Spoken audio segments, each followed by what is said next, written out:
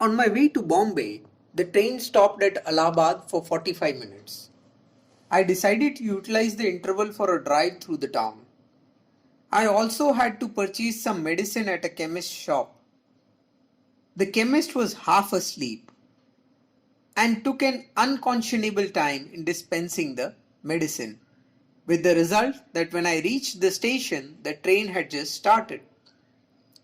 The station master had kindly detained the train 1 minute for my sake, but not seeing me coming, had carefully ordered my luggage to be taken out of the train. I took a room at Kellner's and decided to start work there and then. I heard a good deal about the Pioneer published from Allahabad, and I had understood it to be an opponent of Indian aspirations. I have an impression that Mr. Chesney Jr. was the editor at that time. I wanted to secure the help of every party, so I wrote a note to Mr. Chesney telling him how I had missed the train and asking for an appointment so as to enable me to leave the next day. He immediately gave me one, at which I was very happy, especially when I found that he gave me a patient hearing.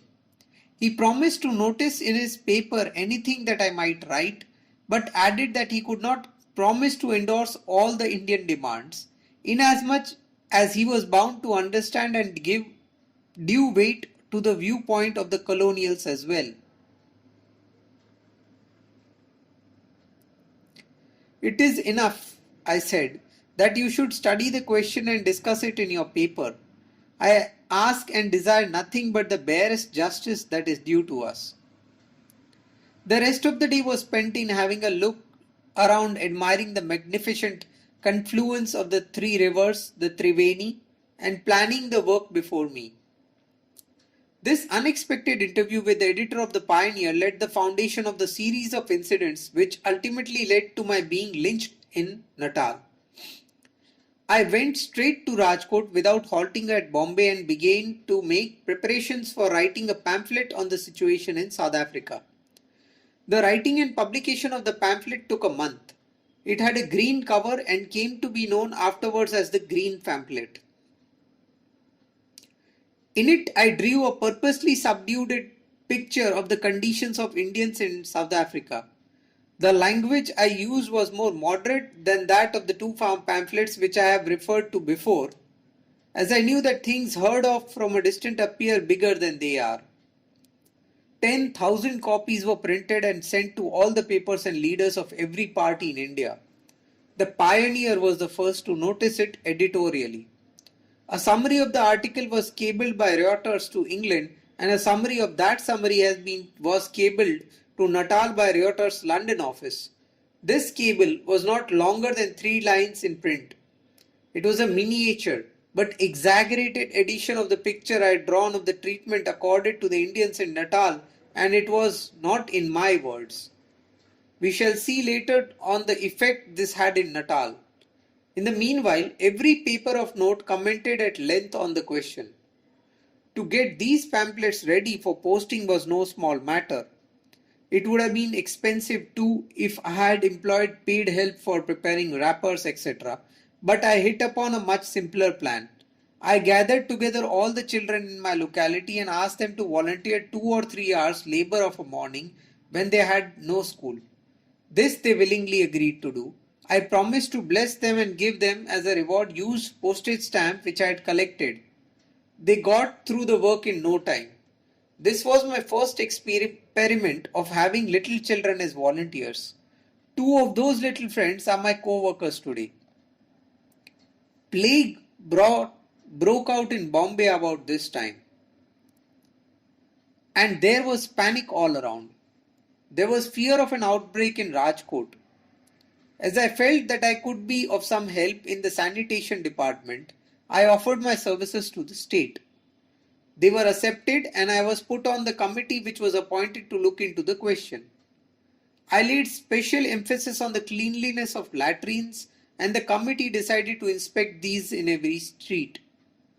The poor people had no objection to the latrines being inspected, and what is more, they carried out the improvements suggested to them. But when we went to inspect the houses of the upper 10, Some of them even refused us admission, not to talk of listening to our suggestions. It was a common experience that the latrines of the rich were more unclean. They were dark and stinking and reeking with filth and worms. The improvements we suggested were quite simple. Example, to have buckets of excrement instead of allowing it to drop on the ground, to see that urine was collected in buckets instead of allowing it to soak into the ground, and to demolish the partitions between the outer walls and the latrines so as to give the latrines more light and air and enable the scavenger to clean them properly. The upper classes raised numerous objections to this last improvement, and in most cases it was not carried out. The committee had to inspect untouchable quarters also. Only one member of the committee was ready to accompany me there. To the rest, it was something preposterous to visit those quarters. Still more so to inspect their latrines. But for me, those quarters were an agreeable surprise. That was the first visit in my life to such a locality. The men and women there were surprised to see us. I asked them to let us inspect their latrines. Latrines for us? They exclaimed in astonishment. We go and perform our functions out in the open. Latrines are for you big people. Well then, you won't mind if we inspect your house, I asked. You're perfectly welcome, sir. You may see every nook and corner of our houses. Ours are no houses, they are holes. I went in and was delighted to see that the insides were as clean as the outsides. The entrances were well swept, the floors were beautifully smeared with cow dung, and the few pots and pans were clean and shining. There was no fear of an outbreak in those quarters. In the upper class quarters, we came across a latrine which I could not help describing in some detail. Every room had its gutter, which was used both for water and urine, which meant that the whole house would stink. But one of the houses had a storied bedroom with a gutter which has been used both as a urinal and a latrine. The gutter had a pipe descending to the ground floor. It was not possible to stand the foul smell in the room.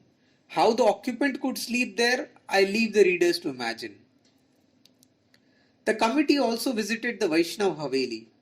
The priest in charge of the Haveli was very friendly with my family. So he agreed to let us inspect everything and suggest whatever improvements were liked. There was a part of the Haveli premises that he himself had never seen. It was the place where refuse and leaves used as dinner plates used to be thrown over the wall. It was the haunt of crows and kites. The latrines were of course dirty. I was not long enough in Rajkot to see how many of our suggestions the priest carried out. It pained me to see so much uncleanliness about the place of worship. One would expect a careful observance of the rules of sanitation and hygiene in a place which is regarded as holy. The authors of the Smritis, as I knew even then, have laid the greatest emphasis on cleanliness both inward and outward.